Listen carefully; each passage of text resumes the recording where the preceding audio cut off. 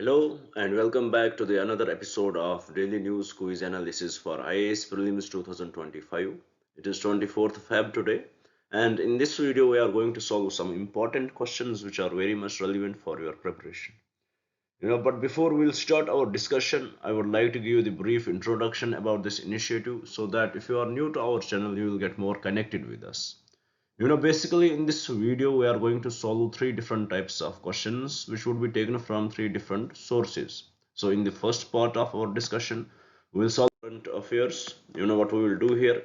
We will take up the most important articles from the newspapers. We will try to break them down into the simplest language possible and we will try to derive the possible prelims question from that particular article so that it will give you the idea which part of the newspaper is important for you, what should be your approach when you are reading those news articles, and how you can expect a possible prelims question from that particular article.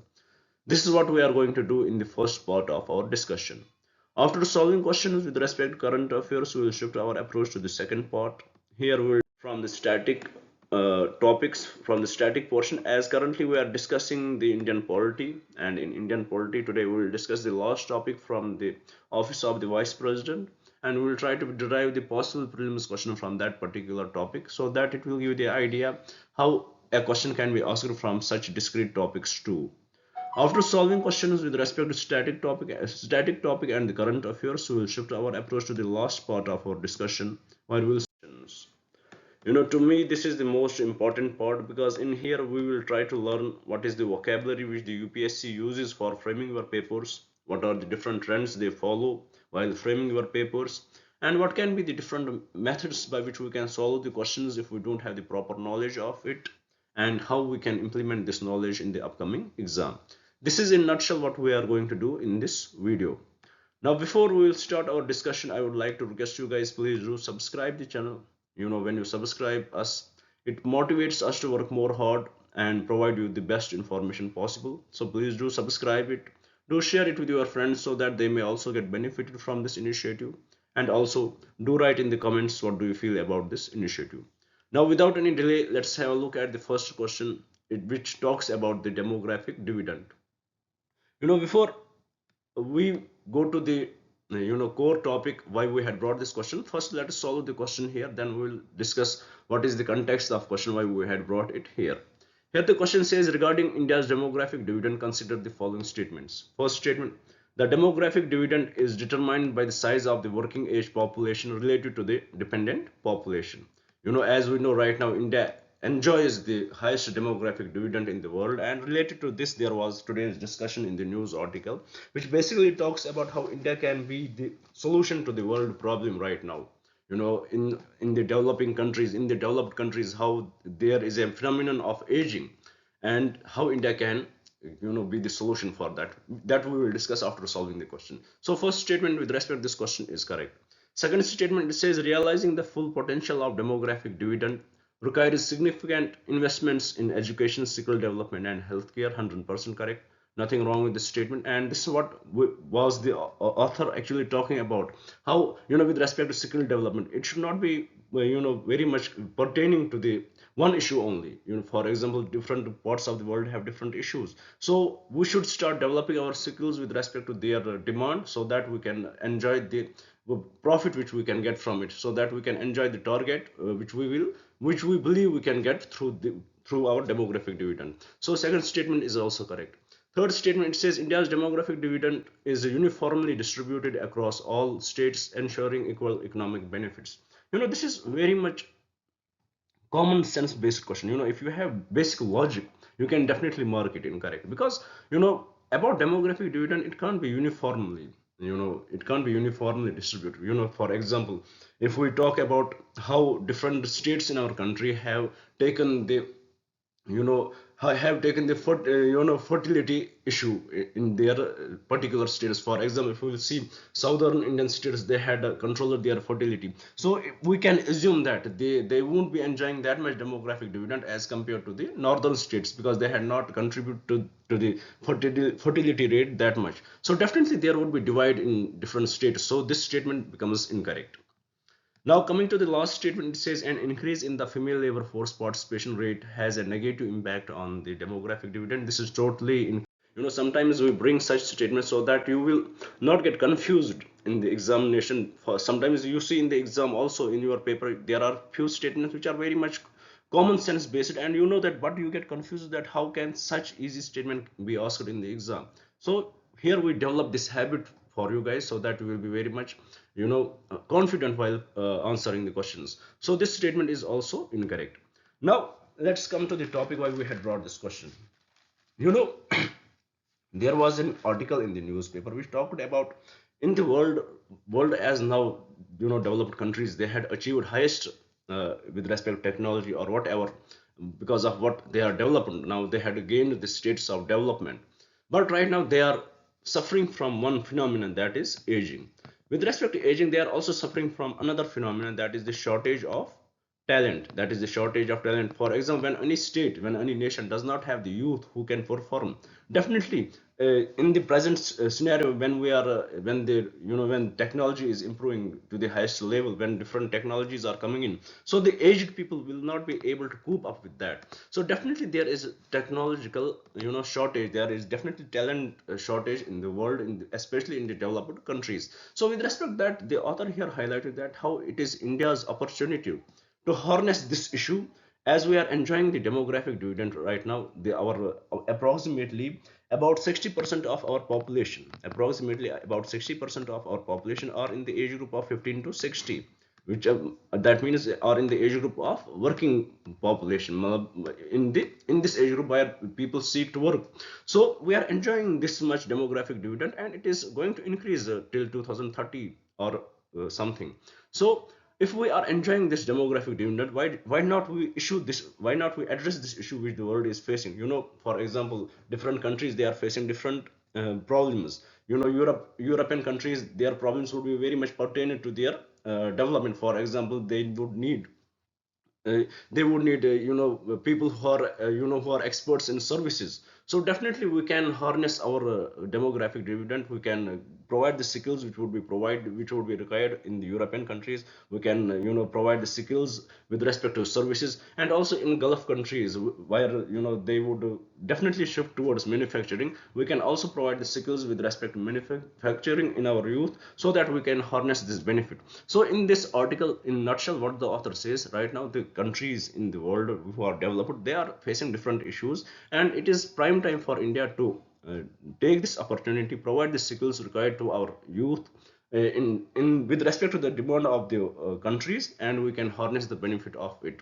So this is the whole core of this article. Now with this, I hope you had understood the question as well as the article itself. Now with this, let's move to the another question and see what we had brought on the next slide. Here the question is with respect to International Labour Organization. Before we will go to the context of this question, let's have a look at this organization. Let's see what it is about. Here the question says, regarding the International Labour Organization, consider the following statements. First statement: the ILO is a specialized agency of United Nations which with a tripartite structure comprising governments, employers, and workers. 100% correct. Nothing wrong with the statement itself. Second statement: the ILO's core mandate is to promote social justice and internationally recognized human and labor rights. 100% correct. Nothing wrong with the statement either. Third statement: the ILO's conventions are automatically binding on all member states upon ratification by the United Nations General Assembly. It is totally incorrect. Fourth, as its conventions are not automatically binding on its members. So fourth statement: ILO publishes the World Employment and Social Outlook report, which provides analysis on global labor market and trends. 100% correct. Nothing wrong with the statement. So please remember this, this report which ILO provides for the World Employment and Social Outlook. Sometimes UPSC often asks such questions. This report belongs to which organization? So we should know who publishes such reports. Now, as we understood the question, we solved here. Now let's come to the core of the question, why we had brought it. Basically the question here, the topic here is with respect to the Indian industry needs innovation, not mindless toil. This was the headline of the article. What does it mean? For example, if Indian industries, what is the core, what is the core criteria of Indian industries? The core criteria of industries usually is to get more profit, But unfortunately in India, there is an issue. Usually in developed countries, where from they will get the profit, they will get profit from the research and development. They will invest more in it, and they will reach to the technology which can harness their work. Unfortunately, what is happening in India, in India we have wages issues. For example, in India we have this labor participation. you know they are ready to work at the lowest wages. So what will the company do? They will hire more people, provide them lower wages, and try to harness the profit from this part of the from this part where from they can get the profit from the wages part, where they will hire the people, they will squeeze the people, they will increase their working hours, and lead to the, and also at the same time increasing the working hours, their payments would be very less. So this is the issue which was highlighted in the today's article, that irrespective of Indian companies, as they are investing in wages, a part where they will get profit from, they should basically focus on R&D. They should provide the technology which can help the people, which can help the employees to work more intelligently and within a limited period of time. So with respect to this, the ILO in 2024 has given the report that what are the working hours of different countries for the employees of the different countries. For example, it has highlighted that if we look at the hours, weekly working hours for the US, weekly working hours for the US, it is only 36 hours. And for US it is 38 hours, and for Japan it is 36 hours. And if we will compare it with the India, the weekly working hours are very huge. It is almost 46 hours per week. So what does it show? It shows that Indian companies, they are more relying on their workforce, that they want to harness much work from them. They want they want that their workers should work over the time and provide them lesser money, rather than investing in the companies, investing in the research and development, which could have made it very much easy. And also with respect to increasing the working hours, it has huge mental impact on the workers. And definitely, what is the core idea of this increasing working hours? To get more profit and to get work done in much better time, to achieve the targets quickly. But unfortunately, this is the paradox related to it. When the companies try to increase these working hours, it leads to mental tensions of the workers, and unfortunately the work for what it was targeted, that is not achieved at all. So right now, what is the prime concern here? The author here highlights that irrespective of companies much focusing on the wages, they should focus on the R&D department, where they will develop such technologies which can reduce their work, and which can do this work in very intelligent manner. So this is the whole idea about the article, and why this ILO, we had brought question with respect to ILO, because it has highlighted what are the working hours, weekly working hours with respect to different countries. It has compared Indian working hours with respect to different countries, with respect to developed countries. And we can see it here, as US and Japan, they are only having some limited working hours, but for India it is above 46% per week. So with the 46.7 hours per week. So with this, I hope you had understood the question as well as the context of the question. Now let's move to the another slide and see what we had brought there. Now here, as you can see, the question is with respect to the protection granted by courts in India, interim protection granted by courts in India. Why we had brought this question? Because of the issue related to Ranbir Allahabadi, a YouTuber, famous for his podcasts. But unfortunately, he made a statement in a YouTube show, India's Got Latent, which sparked huge controversy. You know what he said, that's very much insensitive. So with respect to this, there were many cases were filed across the country against him about that statement. And also, you know, he was facing various threats. So with respect that, he went to Supreme Court and asked Supreme Court, requested Supreme Court that please compile all these cases at one place so that I can communicate more properly. And second, please provide him the interim protection. Please provide him the interim protection. So with respect that, the Supreme Court has granted him interim protection. The Supreme Court granted him. But why we are discussing this? Because the conditions which were put forward by the Supreme Court are very much different. And in a way, the author here highlights that, Supreme Court's, if we will see previous protections which it has interim protections which it has granted, it has deviated from that. For example, usually high courts, what they would provide for, if with respect to interim protection of journalists, they would ask them, you should not be you should not speak about it, you should not tweet about it. And when such cases reached to the Supreme Court rejected that you cannot restrict the freedom of speech of the person, right to speech of the person. And also he is the journalist, you cannot restrict his employment. For example, he is earning his wages through journalism, you cannot restrict it. But with respect to this case, with respect to Allahabadi's case, what Supreme Court did, it has deviated from its uh, earlier codes which it has given, earlier orders which it has given. It has said, Ranveer Allahabadi, that you cannot, you should not use your platform for until the final solution would come. So avoid using platforms, and don't flee from the country. And there were other issues which were sorted out. So that is why we had brought this question here with respect to interim protection. And also with respect to interim protection, please remember one thing: it is not there. It has no statutory backing. Interim protection has no statutory backing. It is fully dependent on the judges whether they want to give it or not. It is their will. If they would want to give it, they will give it. If they would feel that the person can alter the evidence or anything, he can flee from the country, then they can restrict it. It is fully up to the judge.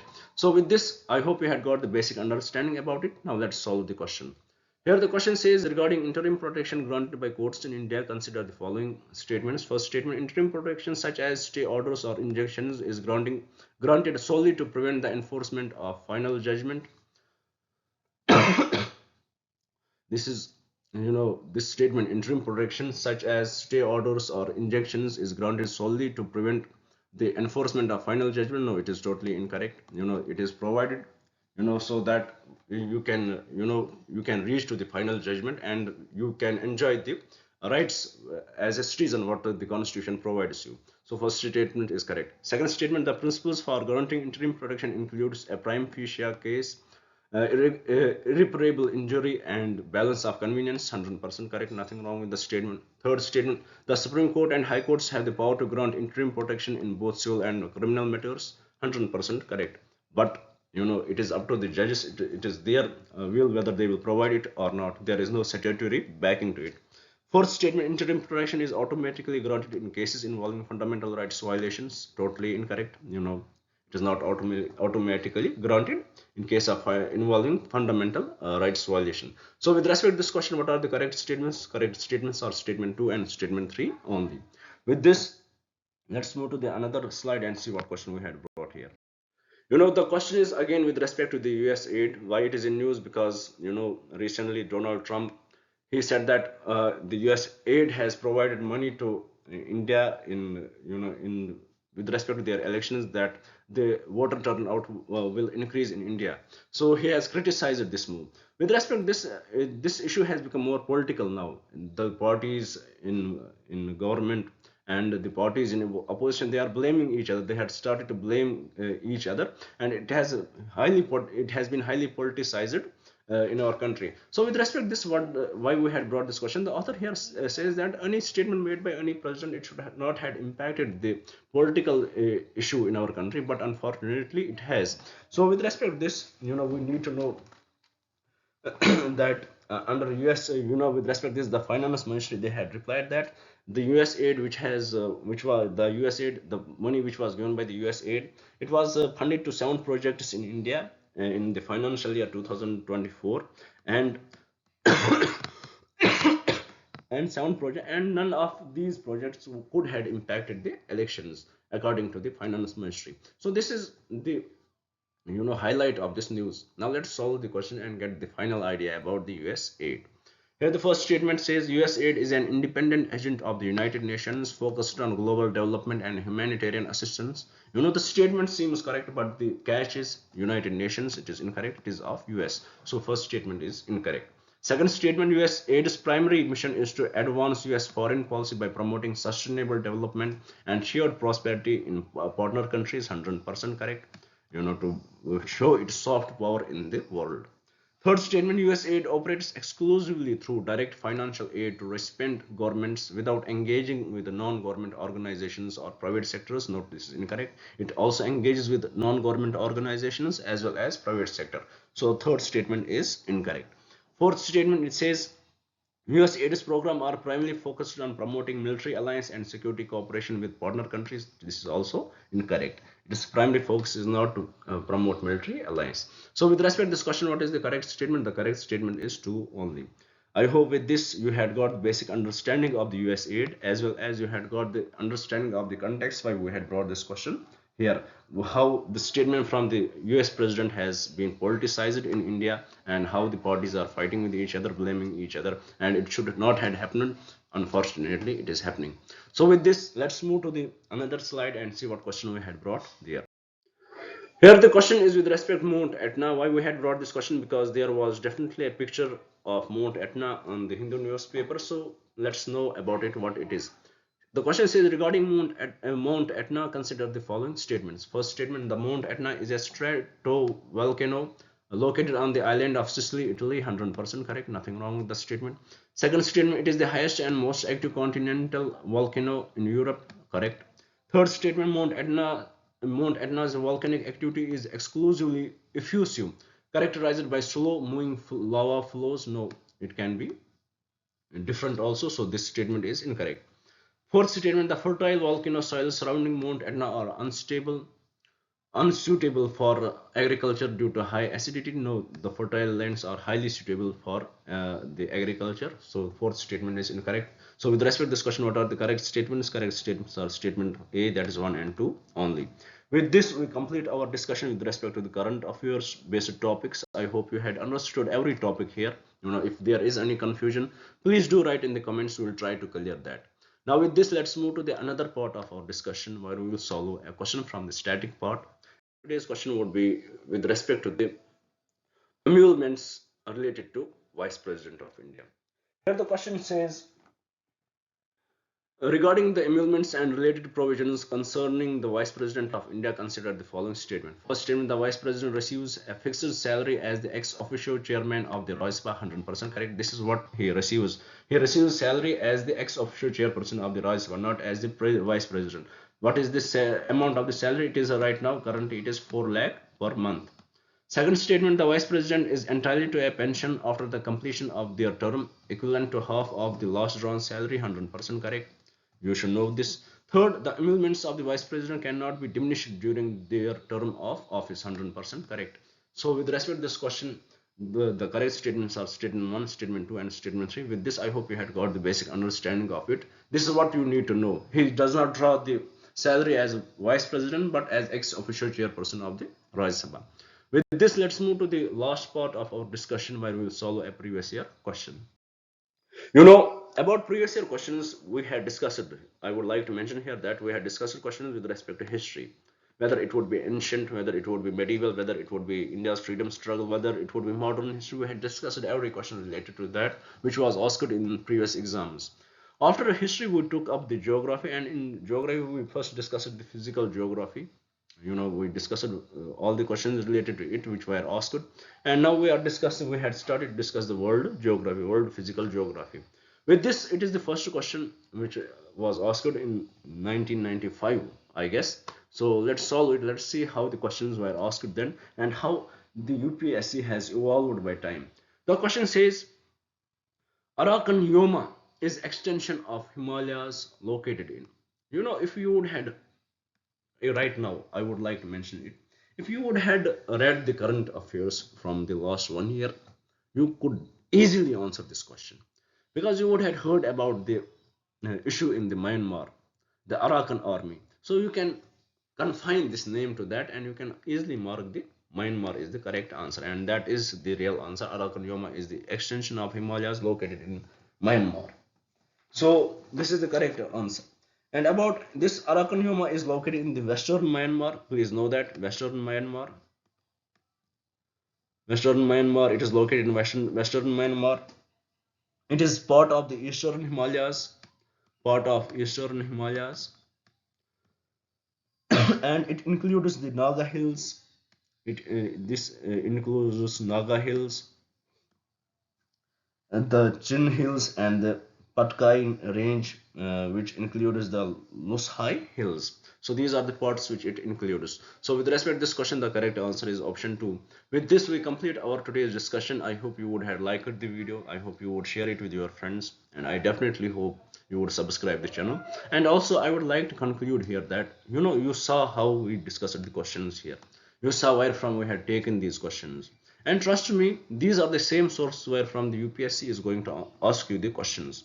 Now, what is the catch here? What do I want to say here? You know, when you are, when you are every day, when you receive such questions, you discuss these questions and you note these questions down. And when the exams would be near, basically I'm talking about the month of May, maybe of this year, or you would be preparing for 2026. What you can do at that time, if you have all these questions with you, what you would do, you would just revise these questions. These questions would connect you with the current affairs, they will connect you with the static part, they will connect you with the previous year question analysis, and you will feel highly confident before entering the exam.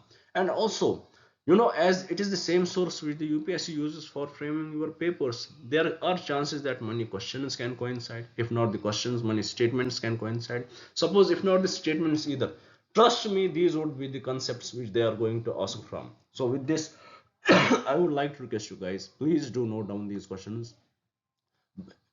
Trust us and be patient. When you have this UPSC, it is a long journey. Usually we compare it from May to May. It is a long journey. If you have all this stuff ticked, if you have all the boxes ticked, no one can stop you from clearing your exams. So I would again mention here that if you have all these questions and you had followed my videos from last 1 year, you could easily solve this year's prelims. With this, I would like to thank you guys for staying with me. Thank you very much and have a nice day.